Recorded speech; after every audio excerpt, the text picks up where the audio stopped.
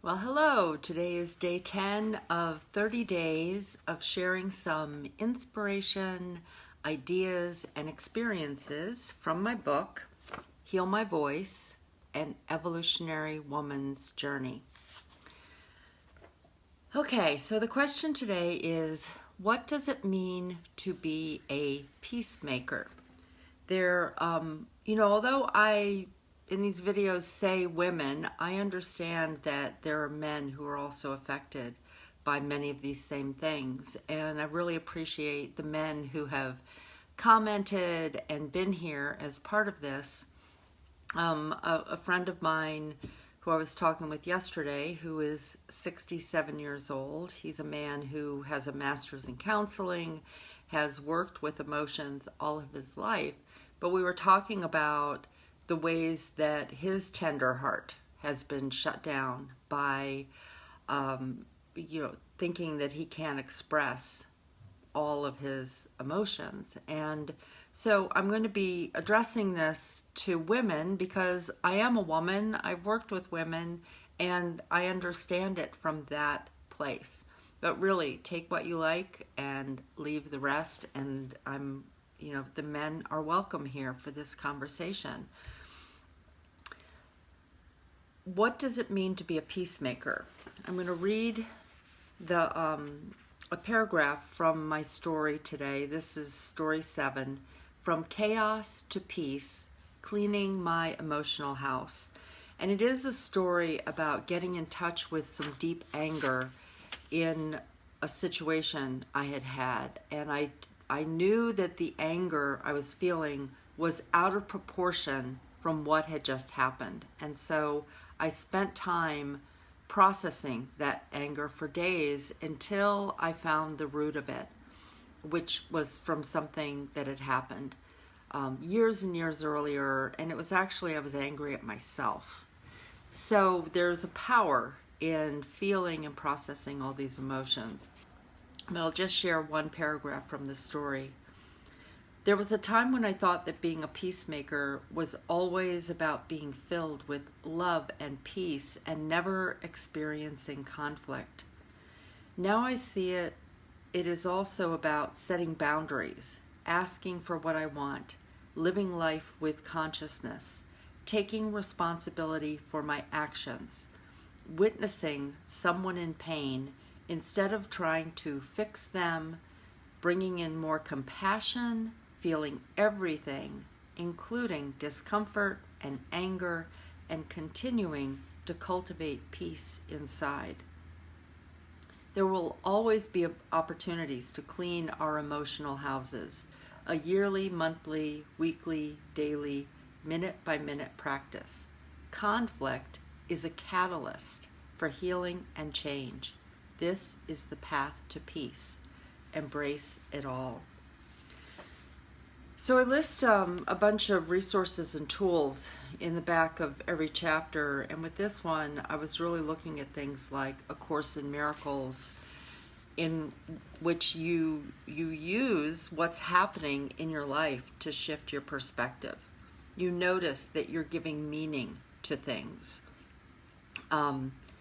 And so when you have a feeling, it's about using it as a clue to discover something that is asking for healing, or, discomfort and anger can actually be a catalyst for change. It can be a oomph of forward movement, like no more, I'm not going to take this anymore. I don't know about you, but I was raised as a little girl and growing into a woman to be kind and good and be nice, and not to raise my voice, and not to express my anger, and not to make waves with my voice. And so what that did was it created this internal feeling that as things would build up, if there was a point where I'd express anger, there would be such a build-up that it would just come out like, huge anger. And I do talk throughout the book of a number of situations I had that really helped me break through the people pleaser, the always put community first or other people first. I can handle more than other people can. I mean, that's so freaking arrogant to think that I have to be responsible for everyone's emotions. No more. So, and there's one story where we really talk about that acquiescence that led me to no more. Anger can propel you to stand up for yourself. And when you process and feel these emotions on a regular basis, like you notice, okay, I'm feeling fear. What is the fear connected to? I'm feeling anger.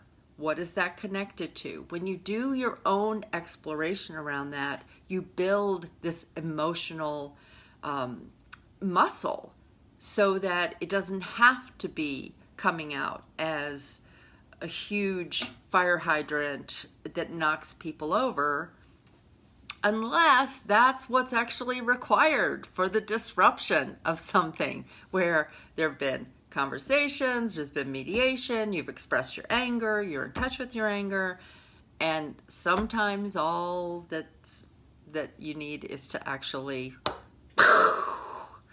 and create the disruption.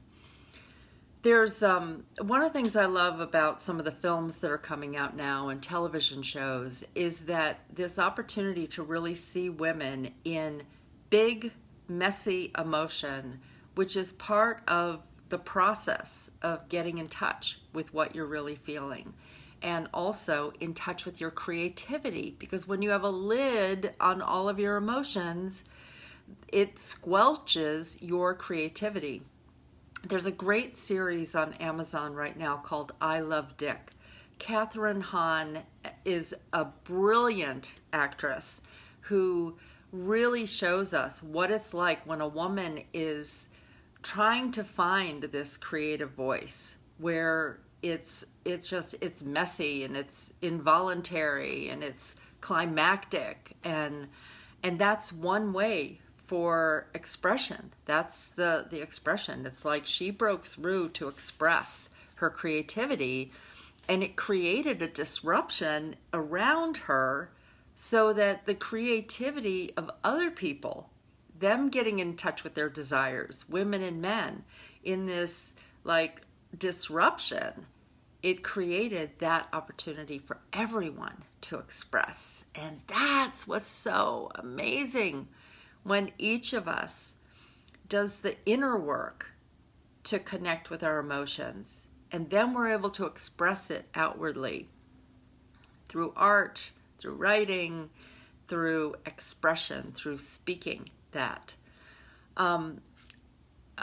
I had a situation recently where my mom read a few of the stories in my book, and my mother is in her 80s.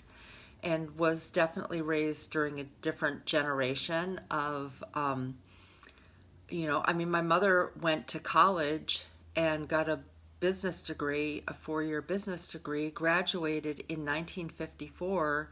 And when she was looking for a job, she was basically told the only job she could get was to be a secretary, that she couldn't get a job the way the men who she graduated with were getting, because she was going to probably get married and have kids and leave the job force. So, like, her voice was squelched, and I want to acknowledge that, and I want to recognize that she didn't have support. I didn't have support at a younger age, but I definitely, by the time I was in my 30s, was finding places with like-minded people where at the very least I had a private place. I had a living room of people who were expressing feelings and growing. And so I want to say that because I understand that the things that she reflects to me are not, there's nothing wrong with that. That's the way she was raised. That was the environment that she had. And I have a different world now. And I've raised my daughters in a different world for speaking up. And we're at a time of Me Too and Time's Up and women coming into their voices even more, which changes the world in a better way for everyone, for women, for men, for children, for equality to express and be who we are. But she was reading one of my stories, and it was one where I talked about the kind of explosion moment and claiming the part of me that feels like a bitch. It's like, well, if I'm a bitch because I use my voice to stand up for something where someone's taking advantage of me, where someone is, in a sense, stealing from me, then so be it. I claim that part of me. And if that's what it feels like, I'm going to claim that and use that word. But she read it and said, oh, I don't want to know this. She said, I didn't raise you to be this way. Of course she didn't raise me to be this way, because she grew up in a world where her voice was not allowed to be that big.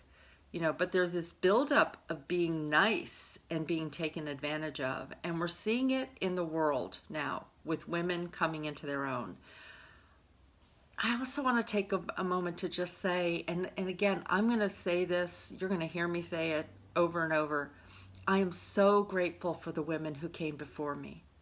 I know that in my mother's generation, there were also women like Gloria Steinem and Jane Fonda who spoke out and who took a lot of backlash for that speaking out, and who have grown into their voices more and more and more. And I'm so grateful for them. I'm grateful for the women who fought for the right to vote and all the years that it took for that to happen.